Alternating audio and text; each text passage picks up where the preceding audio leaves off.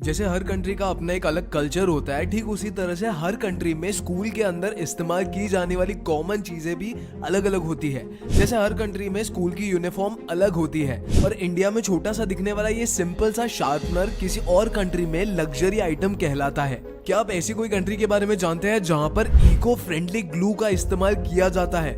और तो और एक कंट्री में स्कूल्स एक्चुअली जमीन पर बने हुए ही नहीं है। हर कंट्री के स्कूल से जुड़ी हुई इन डिफरेंट चीजों के बारे में जानने के लिए वीडियो को एंड तक देखिए। Now without further ado let's get started. India में मोस्टली स्कूल्स की यूनिफॉर्म का स्ट्रक्चर सेम ही होता है। यहाँ ज्यादातर स्कूल्स में लड़कियां सूट सलवार और लड़के पैंट शर्ट पहनते हैं। सिर्फ कुछ प्राइवेट स्कूल्स में ही लड़कियां शर्ट और स्कर्ट पहनती है। लेकिन क्या आपको पता है, इंडिया के अलावा बाकी देशों की स्कूल की यूनिफॉर्म बहुत ही यूनिक और कूल होती है।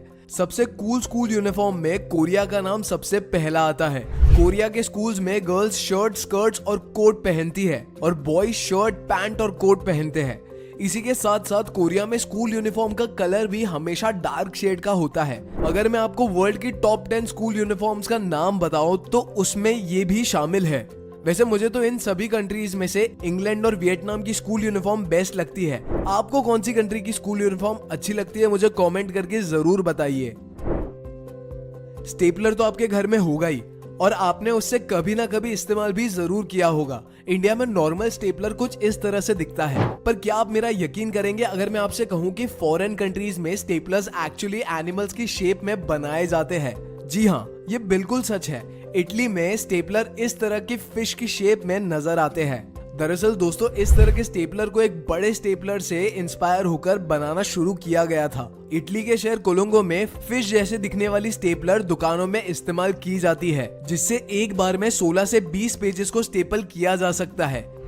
आई एम श्योर आपने भी पेपर पेन्स और बाइंडर पेन्स का बहुत ज्यादा इस्तेमाल किया होगा, लेकिन आई एम श्योर आपने अपनी लाइफ में सिर्फ यही ब्लैक बाइंडर क्लिप और ये राउंडेड क्लिप देखी होगी। दरअसल दोस्तों, इंडिया में सिर्फ यही 2-3 क्लिप्स मिलती है, लेकिन आपको जानकर हैरानी होगी कि दुनिया के दूसरे देशों में भी बहुत ही अलग अलग और क्यूट से दिखने वाली पेपर क्लिप्स मिलती है।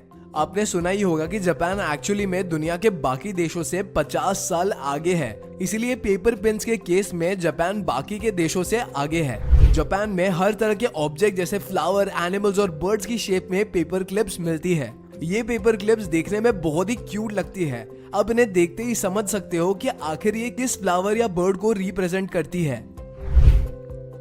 एक नॉर्मल टेप डिस्पेंसर कुछ इस तरह से दिखता है। इन टेप डिस्पेंसर का वेट काफी ज्यादा होता है। ऐसा इसलिए होता है ताकि टेप को पुल करते वक्त डिस्पेंसर स्टेबल रहे और आगे की तरफ ना खिसके। लेकिन क्या आपने कभी बिल्ली और मोटर मशीन जैसे दिखने वाले टेप डिस्पेंसर्स को देखा है?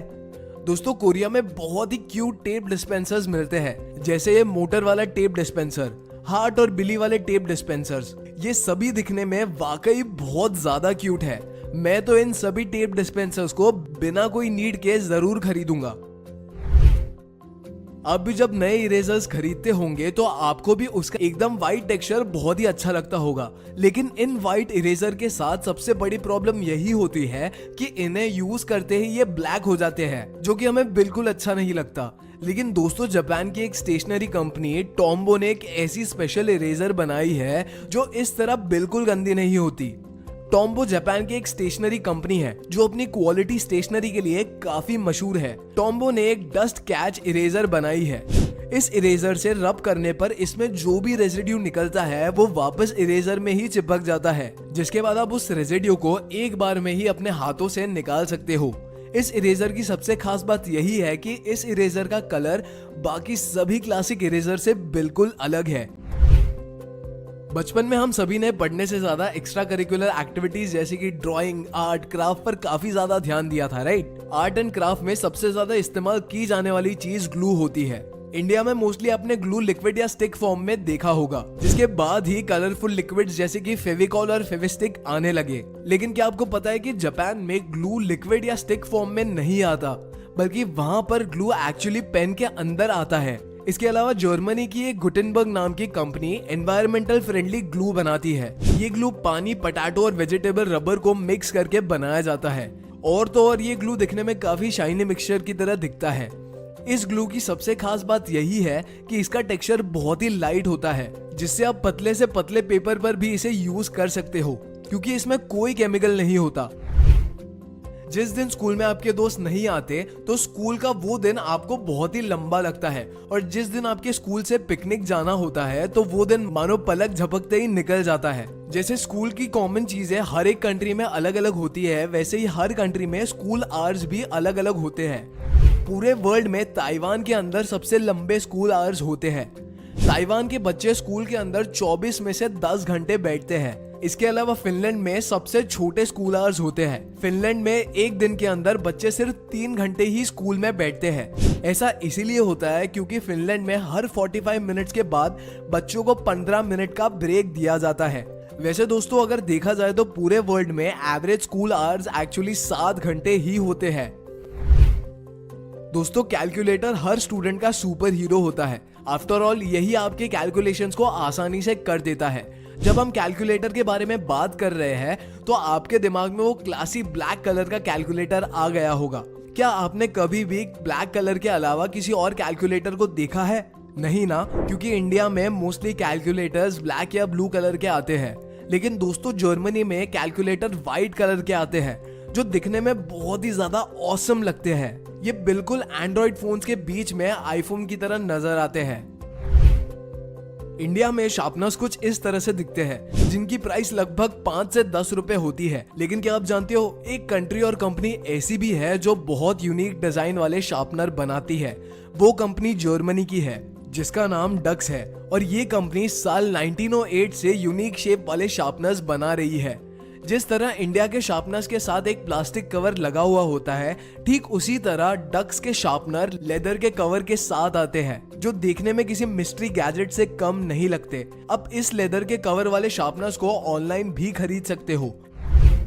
दोस्तों जब स्कूल्स की बात की जाती है तो आपके माइंड में सबसे पहला आपका स्कूल रूम और स्कूल की बिल्डिंग आती होगी, राइट? पर क्या आप जानते हैं कि एक कंट्री ऐसी भी है जहां जमीन पर स्कूल बने ही नहीं है।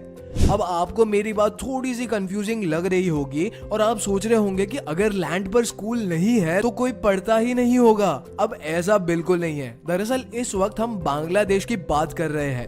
एट प्रेजेंट बांग्लादेश में 500 से भी ज्यादा बोर्ड स्कूल्स है जहां अक्सर मॉनसून के मौसम में फ्लड्स वगैरह आते रहते हैं, जिस वजह से शहरों में पानी भर जाता है और बच्चों की पढ़ाई में बहुत ज्यादा परेशानी होती है। इसीलिए बांग्लादेश के 70% स्कूल्स बोर्ड्स पर ही बने हुए हैं। ये बच्चों के अच्छे भविष्य के लिए बहुत ही अच्छा इनिशिएटिव है क्योंकि बांग्लादेश की पॉपुलेशन में बच्चों का प्रपोर्शन बहुत ज्यादा है। इसके अलावा दोस्तों बांग्लादेश में जरूरत की सबसे कॉमन चीज जैसे कि डॉक्टर्स और खाने पीने के प्रोडक्ट्स भी बोर्ड पर ही मिलते हैं। सो हाँ जी guys, that was it for today's video. अगर वीडियो पसंद आया हो तो चैनल को सब्सक्राइब करके वीडियो को लाइक जरूर करना। एंड अभी आपकी स्क्रीन पे जो वीडियो पॉप कर रहा है प्लीज उस पर क्लिक करो। मैं मिलता हूँ आपसे अगले वीडियो में। Until next time, peace out.